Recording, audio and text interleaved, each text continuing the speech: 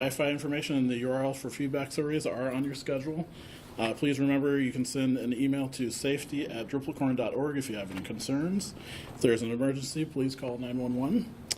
So thanks for coming to Drupaler's Guide to Marketing today. Please help me welcome Drew Gorton, Director of Developer Relations at Pantheon.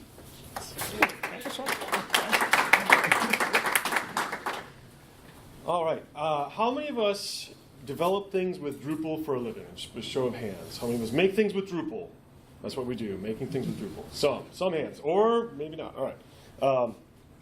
How many of us make things that are reviewed by someone who has the title something, something, something marketing, or something, something, something of marketing? Show of hands. How many of our work is being reviewed by somebody, somebody in marketing? Okay. And I should be saying this is like about half the hands there for that one. How well, by height of hand, I want to sort of get comfort levels. How well do you understand what those people do? If your hand is all the way up, is like, I got it, totally. I know all the things about marketing. And his hand's like long ways down, is like, I kind of, and somewhere in the middle. All right, wait, let me see him. All right, we got a mix. The goal of this talk is to raise your hand higher. The goal of this talk is to like, all right, I know something about marketing. I think I have an idea for what they're doing, but I want to know what they're doing a little bit better. All right, so as Charles mentioned, my name is Drew Gorton. This is in many ways a talk that I would have loved to have been able to sit in about 3 years ago. So I started off as a web developer in the late 90s, and I work effectively in a marketing team now. And I've been doing that for about 3 years, 3.5 years.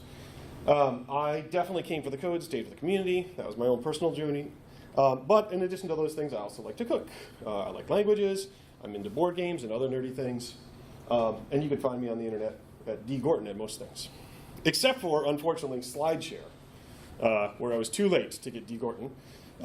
And these slides are posted. So if you want to follow along, the slides are on SlideShare at Drew Gorton. So that's about me. So I happen to work for a company called Pantheon. Pantheon is an infrastructure provider. We do great stuff for Drupal. If you use Drupal, deploy Drupal out in the world, and you need a place to have that be hosted and have workspaces and such, Pantheon's an awesome choice. Happy to talk about that. We've got myself and Dwayne are here for that. But one of the things that we have as a group, as an organization, is we see some trends. And so I'm actually going to just start by talking about some of the trends that we see in the Drupal web space. So from a very high level, one of the things I think all of us hear about with some frequency is we hear about in the news, for example, how much is spent on ads, and that's a big thing. There's actually more money spent on websites and web infrastructure than there is in all of digital advertising, which is kind of surprising given how much we might think, we see these things in the news. So it is a huge, huge, huge industry. $190 billion are spent every year on websites and web technology, versus about 154 for digital advertising. And that makes websites like the biggest investment digital marketers make. They are huge, huge places for organizations to spend their marketing money. And the industry, if you look at, this is the way we think of the world. So on the one end, there's sort of mom and pop, small things, Wix, WordPress.com, which is automatics, GoDaddy. On the big enterprise side, Adobe, this is where Acquia likes to play. And in the middle is this place where WordPress and Drupal in particular really shine. There's a huge part of the market are run by Drupal and WordPress there. And this is where Pantheon primarily lives as well. And if you're doing WordPress, WP Engine is there.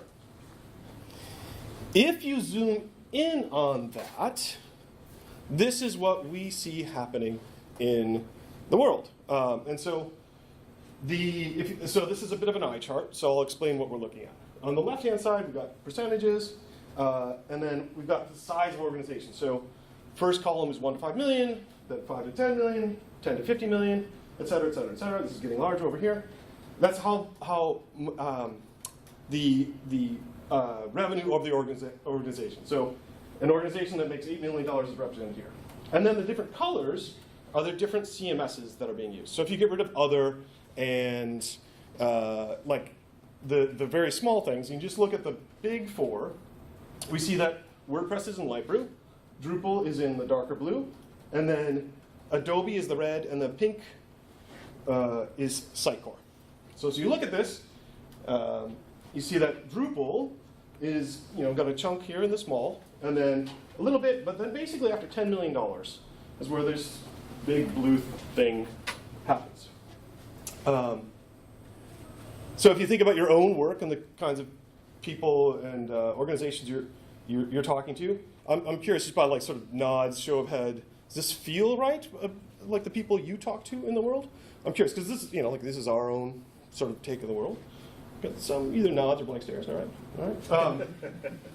So this is sort of the reality of the Drupal market today as we see it, effectively, Drupal is being used heavily for organizations that make a fair amount of money, $10 million or more. I'm curious, does anybody have a working definition or statement of what Drupal is for? Like, what do we do with Drupal? What is Drupal for? Ambitious digital experiences. Ambitious digital experiences. How many of us have heard that phrase over the last few years? A fair number of hands, yeah. So ambitious digital experiences are for marketers, right? So if you're at $10 million or more, you have a marketing department that's trying to get a message out, they're trying to communicate with people. Ambitious digital experiences are for marketers. They're paid for by marketers, they're selected by marketers. And if we want to be good at what we do, we need to understand how to talk to marketers. We have kind of a problem though with Drupal, and so in the WordPress space, there are a lot of people. If you think about that graph, a lot of people start a marketing career. They're in a small organization. They use WordPress because it works. It's really nice and effective and friendly and clean and quick. And so there's a lot of people kind of starting their careers and using WordPress and getting comfortable with it. And then on the other side, the enterprise side, we have people like Adobe who are doing an enterprise sales process. They're talking to the CMO of an organization and saying, if you want an ambitious digital experience, if you want an amazing experience, you need to buy Adobe. And Drupal's kind of squeezed in the middle. And it's interesting. If you go to Google and type in marketing for WordPress, you'll get a whole bunch of auto-suggestions coming back. Marketing for email marketing, marketing automation, affiliate marketing, inbound marketing, etc. You do the same thing for Adobe, a whole bunch of suggestions. You do that for Drupal, and it has no idea. It's like, I've never heard these words together. And that is a problem if we want to talk to marketers. That's a great slide. That is wonderful. It was alarming as I was doing my research for this particular talk. I was like, really? Nobody knows anything about this? So that's what we're up to. So I want to just start by talking about some basics of what marketing is. It is just, quotes, communication. For those of us who are in a relationship with other human beings, which is all of us, we all can know that communication is hard. Like, even if you're a good communicator, when are you done communicating? When is it like it's all perfect? We're complete, total understanding of each other. It's never, right? And so communication is a hard thing, but it's also simple. We all do it all the time. It's telling people who you are and what you do. So when I said I like cooking, that was marketing. That's all. I was just telling you something about myself. I'm not asking you to buy my cooking. It's not sales. I'm just telling you something about myself. And then maybe someday if we're together and you're at my house and I cook and we'll eat together. I don't know.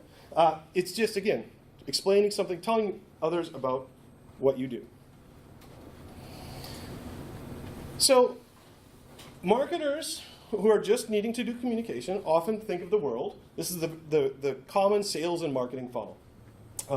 How many of us have seen something like this before? Show of hands. Most hands. All right. So there are lots of different versions of a sales and marketing funnel. But they all have this basic same shape. And there's different acronyms. This is the AIDA, Awareness, Interest, Decision, Action. And it's a very straightforward idea. It's deceptively simple. So, for example, you might have 10,000 people are aware of you and what you do. If you're a university, for example, you might have 10,000 people in the community that know about you. You might have 1,000 people actually interested in what you do. So for example, if you're a university, 10,000 people where, maybe you've got 1,000 people who are going to be seniors soon. And they're thinking about like, all right, well, maybe I'll do college. Only about 100 of those. So decision is like, okay, I'm sort of conceptually interested in colleges. Decisions is like, all right, I'm deciding to apply, or something. I'm actively seeking your organization and want to engage with you. And then only a few of those people will actually do it. So those are the folks that are acting, that are going to follow through. And in this case, that would be go to school, for example. So you're actually acting or purchasing tuition. So it's a very straightforward idea. And the reason we think about this funnel is because it's communication and it's hard. And so you sort of start mapping out different activities and different things to measure how many people are in different stages of the funnel.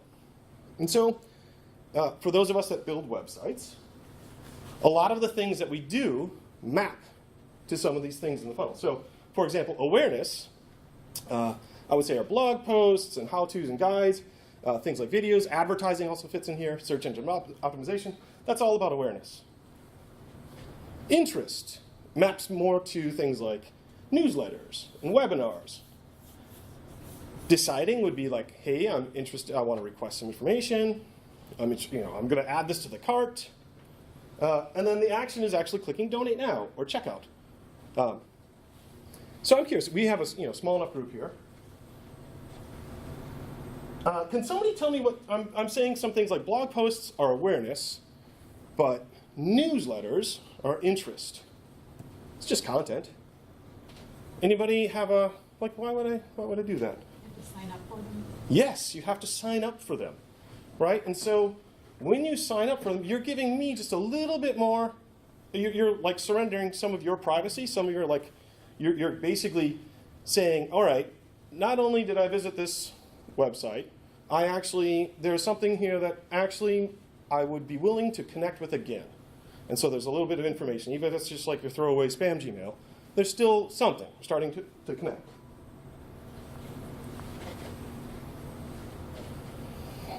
So the marketing technology landscape to manage all of this is pretty big.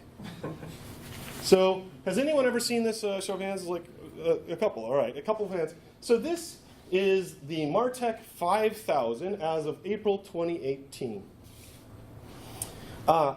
Because what you're doing as a marketer is trying to map all of these different, basically you measure different stages of the funnel. What you do is technical marketing has become, well, marketing has become very technical. Digital marketing has become very technical. And there are lots of tools that you use to manage different aspects of this and whatnot. So for example, we have here over on the left-hand side, account advertising promotion, and then there's content and experience, so mobile apps, and this is all, it's all blurry there, but content marketing. The middle one is social and relationships and commerce and sales, data, and then there's a whole column which is about management of the rest of this. Does anyone see Drupal? We're on here. I'll zoom in a little bit. This is in the bottom, so the CMS and Web Experience Management section. So as soon as you see it, as soon as somebody sees it, go ahead and shout out where you see it. I see it, yeah. Did you say top left?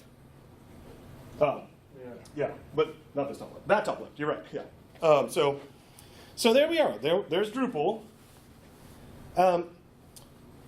If you are a marketer and trying to communicate with the world, your website is probably one of the most important things you're going to invest in. But you're also going to be thinking about all of these other systems, or many of these other systems. So marketing automation. CRMs was somewhere out here. Oh, here we go. Here's CRMs nearby. If people have heard of Salesforce or other things. It becomes, not only are you a technical person, frankly, you have to really be thinking about all these different systems and the different stages of the funnel and the different things that you do. There's also a certain amount of like survival in not having to know them too deeply. Because you can't get too caught up on any one of these things if you're going to do your job well. So, digital marketing has lots and lots of tech. So, content management systems are one piece of them, a big piece. But there are also like CRMs, customer relationship management, digital asset management, and a lot of other acronyms. Some of, probably most of which are familiar at least somewhat to us. And then lots and lots and lots of measurements.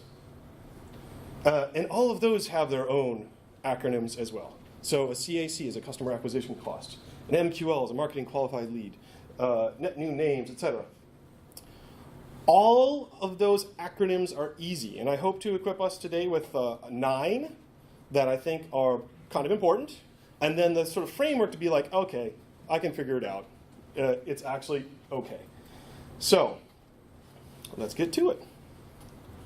I'm just going to talk about, at this point, we're going to talk about a nonprofit.org website. This is an example here. And so we're just going to do some math about how marketers think. So, and what they do and what they measure. So if you look at this organization, they're doing their first half retrospective of the year. Hey, how are we doing in 2018 for different things? Well, let's just start off with a bunch of numbers. We know our paid and social gives us about 50,000 impressions a month. That means like about 50,000 people see our promotions out there in the world. Those 50,000 people, about 2,000 of them actually click through, come to our website. Okay, we spend about $1,000 on that, and that's part of our awareness. And then on our website, we get about 10,000 visitors every month. That turns into, for our organization, we've discovered that newsletter signups is like a really critical thing, a part of, we want actually people to donate. We have learned that people who subscribe to our newsletter are 100 times more likely to donate to us than someone who doesn't. So we mark that as a significant point along the journey and say like, that's a good thing. It's a good thing to monitor on its own. And then we also get some donations every month too. So these are just sort of like the numbers. And we've all seen Google Analytics. These numbers come to us with some frequency. What do they mean? How do you make sense of them? So if we focus in on just the paid part, we're going to look again at just a couple of different acronyms here. So the CTR is the click-through rate. It's just a fraction. It is the number of visits divided by the number of impressions. So the click-through rate, in this case, they had 2,000 visits and 50,000 impressions. Click-through rate of 4%. Okay, it's just a number, 4%. All right. The CPC is the cost per click. And again, it's just some math. Number of visits divided by the number of the amount that you spent on it. So we spent some money. A lot of people saw it. Some people actually interacted. Some people actually clicked. Cost per click, 50 cents. Okay, that's some math. The cost per lead. Well, this one's a little bit more interesting. How much does each lead? So if you look at that $1,000, if you just do the straight math, that would lead 80 newsletter signups. The first thing you need to know in order to figure out what your CPL is for your organization is what's a lead? Well, for us, for this organization, it's that newsletter signup. That's the thing that we're trying to get people to next. So we're thinking about the funnel. We want to graduate them from content to engaging with us in the newsletter. So we're going to call that a lead. Our CPL is $12.50. So you don't have to do very much of this before you or someone else might ask you, okay, our CTR is 4%, our CPC is 50 cents, $12.50 for a lead. These good. And this is the question that marketers have to answer, right? So there are industry standards, there are other things, but basically, good, bad, who knows? It really depends. And the way you evaluate this is versus your history. So last year, we were at $1. This is 50 cents now. Great. That's one way to evaluate. Another one is versus your peers. So someone who has a certain kind of someone who's a nonprofit is going to have a very different sort of structure and take on this world than someone who's running a car dealership, for example. And they're going to have very different numbers. But those numbers will probably be similar. And this is one of the places that all of us who work with and provide information, like work for clients, for example, if you work for clients and you know what their peers are getting, you have like really valuable knowledge. So, for example, if these were, we'll just say there's Pantheon's numbers, I could theoretically try and figure out, well, I can compare versus last year. I can do those things, but like, what's average in the industry? Well, I could go ask WP Engine or Acquia or somebody else, and it's like, hey, what's your cost per lead? They're not going to tell me. I'm pretty sure, at least. I don't know. But if you work with people who are higher education institutions or others, and you have the chance to network and kind of find these things out, that's really, really powerful information. More about that in a bit. So, there are a lot of acronyms, a lot of jargon. But again, they're all pretty straightforward. So I want to run through these 6 additional little bits. And again, like hopefully that gives us the tools to understand the rest of them. So CAC is the customer acquisition cost. That is the total amount of money you spend in sales and marketing to get one customer. So, for example, if I spend $1,000 in sales and marketing and I get one customer, my customer acquisition cost is, anybody? $1,000, right. Now I spend $1,000 and I get 1,000 customers. What's my customer acquisition cost? $1, yeah. All other math from there. Net new names. NNN, so kind of rolls off the tongue. Anybody who is doing anything that is, for example, a product that has a lot of different people that you want to have signups for, and or whatever, you're like connecting with a lot of people, it's the number of new people that have interacted. So for example, if my organization has a newsletter, and then webinars, and then maybe events that we have people go to, and volunteering, or other things like that, I personally might sign up for 3 of those things, because I get really excited. That's cool, that's good to know. Like, hey, great, 3 interactions, this Drew person might be interesting to us. They clearly are aligned with us in some way. However, I would only be one net new name across those 3 different things. So that's the basic idea there. Another thing to measure. An MQL is a really important measurement for a lot of organizations. It's a marketing qualified lead. At some point, someone has done enough stuff based on what you know about your organization and the kinds of things that you do to be able to say, like, I think this person is really interested. They signed up for an event, they volunteered here, and they're on the newsletter. They might be interested in donating. Now, this is something I could maybe hand to someone, for example, in sales and say, hey, sales, if it was like a car dealership, you'd call it sales, but if it's a nonprofit, it would be called development or fundraising or something like that. You might want to talk to this person.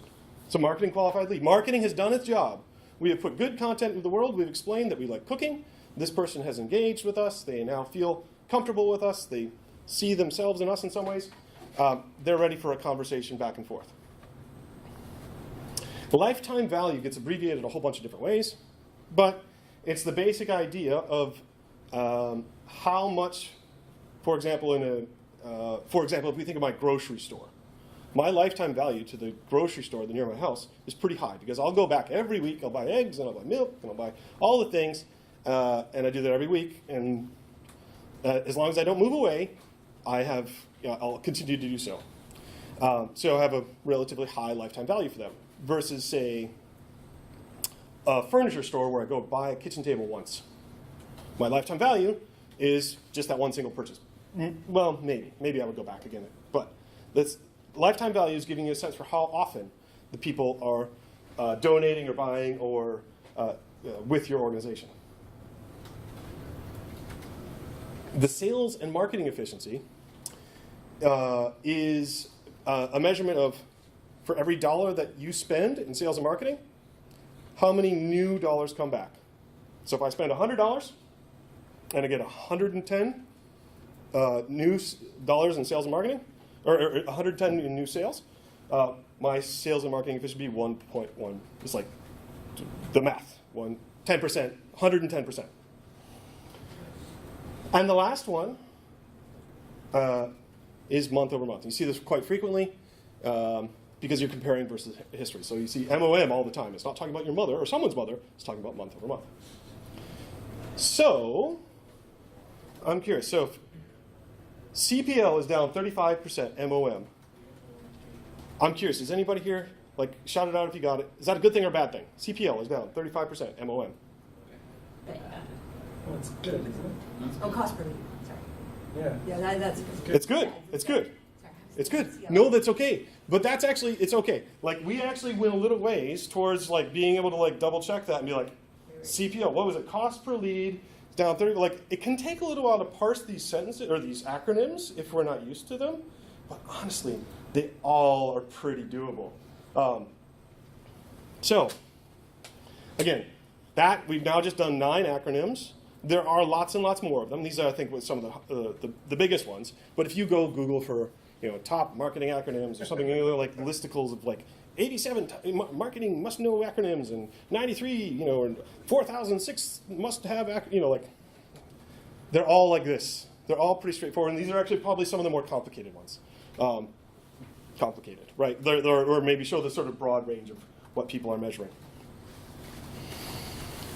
So, if you're a marketer, if you want to make a marketer happy, if you are able to make reporting easy, you are going to be a marketer's hero. So, marketers have to report on progress. At some point in time, the executive team will say, we've been spending all of this money in marketing. Is it working? And then the marketer needs to say something more than yes. Or at least justify why they think like they can say yes. So if you're working with marketers, find out their KPIs. So there will be, every different organization will have very specific things that they probably weight, like newsletter signups, for example. What are the things that you really have learned over time make your organization, make your job effective? What are the numbers you are called on to, like, report on every month? There will be some. Find out what those are and improve them. Work with them to improve them.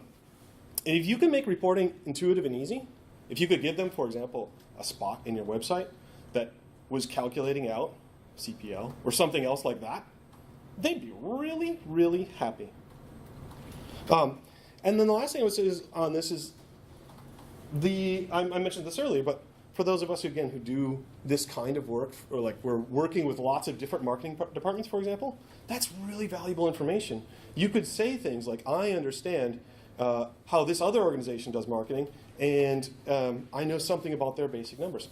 I know what their CPL is, and don't obviously tell them their competitor's CPL, but like if you can give them some averages, like, oh, that seems high, or that seems low, I think there's room for improvement here. That's really valuable stuff and really helpful stuff. So, if you are, again, wanting to talk to a marketer, they, like the rest of us, look for results. All of us are looking for results. Actually, Dwayne, who's in the audience here, has a talk that he's given at some camps. I don't think he's doing it here, which is nobody wants a website, they want results. You want something in the end. It's not about the website. It's not about the pixels. It's about the results. So if you describe yourself, for example, as we typically improve our clients' cost per lead by 15%, that is a really powerful statement. Less interesting would be to say, like, hey, we're Drupal experts. Our public modules are used over 100,000 sites. Both of those things might be true. Two organizations walk into a room talking to a client, and this is a marketer, and says, we're the exact same organization. One of them describes themselves like this. On the left-hand side here, they will come away with a contract. So talk about the things that you do that are measured. So traffic, averages, things like this. Like when we engage with a client, these numbers go up. If you do these things, you just created a budget. Right? They can do the math. Like, all right, so I get that your services are more expensive than the people who have 1,000 sites in Drupal and something, jargon, which sounds really interesting to those people, but I don't know why I would really care about that exactly. A marketer could do this and say, like, all right, 15%. We spend about $10,000 a month, and then we do this, and then, okay, so we can spend about $3 million on that. Like, that is a very compelling thing. And if you are able to do this accurately and track this over time, you have a very powerful thing that you can talk about. If you can simplify reporting, show how your clients have really easy reporting. They don't have to spend like hours going through things and trying to come up with ways to report. Or integrate with some of those other boxes and that huge, big technical sea of logos that we looked at earlier. If you're good at connecting with some of those other things, that's a really valuable thing. Because getting one number from here and one number from this other system, having this other system have other things and other things and other things, and it's all sort of together but not exactly really, and it's kind of a nightmare to figure out how they all connect. If you can help with that problem, that's a really valuable, incredibly powerful thing to be able to do. So, if, again, coming back to where we started with where Drupal's role is in this, if we can make Drupal better for marketers, if we can help marketers succeed, we're going to make Drupal better and survive much longer. So, understanding that marketers are just trying to communicate, but that's hard. All of the measurements are straightforward. And if you can help a marketer communicate better, just building a great website is part of that, obviously. But give them smarter measurements and better integrations, you're going to go a long ways towards making both your clients happier and ultimately Drupal stronger. So I'm curious. So at the beginning of the session, I said I wanted to see like height of hands. Here's my KPI. How many of us would raise our hand higher now after this? Like how many of us learned something a little bit more? All right, I'm very pleased. That is all the hands. I got 100% on my chalk hand height. THH is 100%. That's 10 now, Drew. All right, that's not a real one. That's it. That's what I wanted to talk about. So we have time for questions, I believe. 1:30. Next session starts at 2. I think we have like 10 minutes for questions. If anybody wants to do that.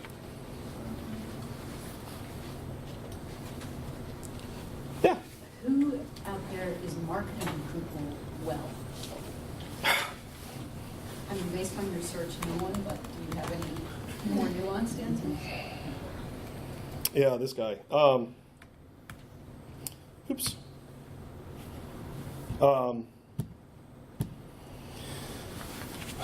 I think a lot of there's a couple of ways of thinking about that question. There are a lot of individual organizations, and I know some that are represented in this room. So we have Lullabot here, we have Palantir here, and there's other organizations that I'm sure here in this room. Anyone who is actually talking to a client and saying, I've got a great solution for you, things, somewhere in the world is the word Drupal. I mean, a lot of people have done, built very successful businesses doing that. But those are all individual interactions. One of the things that Drupal doesn't really have at all is a central body that does marketing. Historically, Acquia has filled this role a fair amount. They've really pushed Drupal in the enterprise, and they've done a pretty good job of that. Go out and get the Forrester, Gartner reports, and things that CMOs and others would pay attention to get sort of validated in that area. But I think it's kind of the challenge for all of us. The Drupal Association is starting an effort to try and do a better job of this. But I don't know. I can't really point to anybody and say like they do a great job marketing Drupal. And I'll like Tiff, like there are other people in this room who know good things. So if you have things to add, anyone actually, anyone doing a good job marketing Drupal? That was an eye roll from someone. I won't call you out on someone with some insights. Yeah. I think the agencies do their role, Yeah. and some do it better than others. Yeah. But yeah, it's different. Like you're saying, there's no centralized authority per se, like there is in the WordPress community or Yeah. things like that. And I think the Drupal Association is really open to feedback and collaboration, almost in ways that I haven't seen from them you know, early on when they're still trying to figure Yeah, everything yeah. out. But like, I know they're always looking for, like, please give us case studies, please, you Yes. know, if you have other ways that, like, collaborative efforts that we can do, like, they're very open about that stuff and want to bubble that up through Drupal.org.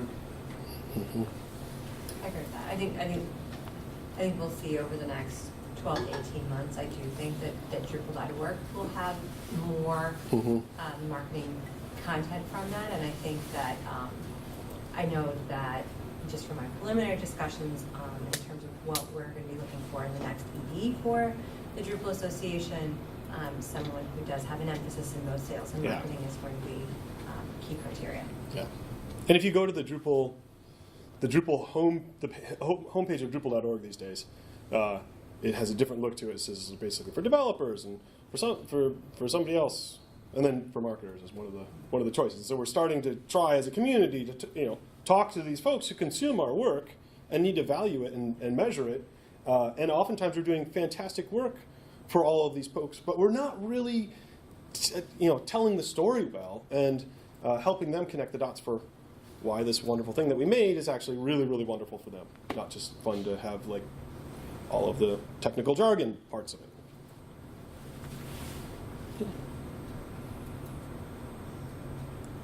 All right. Cool. Well, I'm going to call that. I'm here if anybody wants to talk afterwards, but we'll call that the end. Thank you. Thanks, Drew.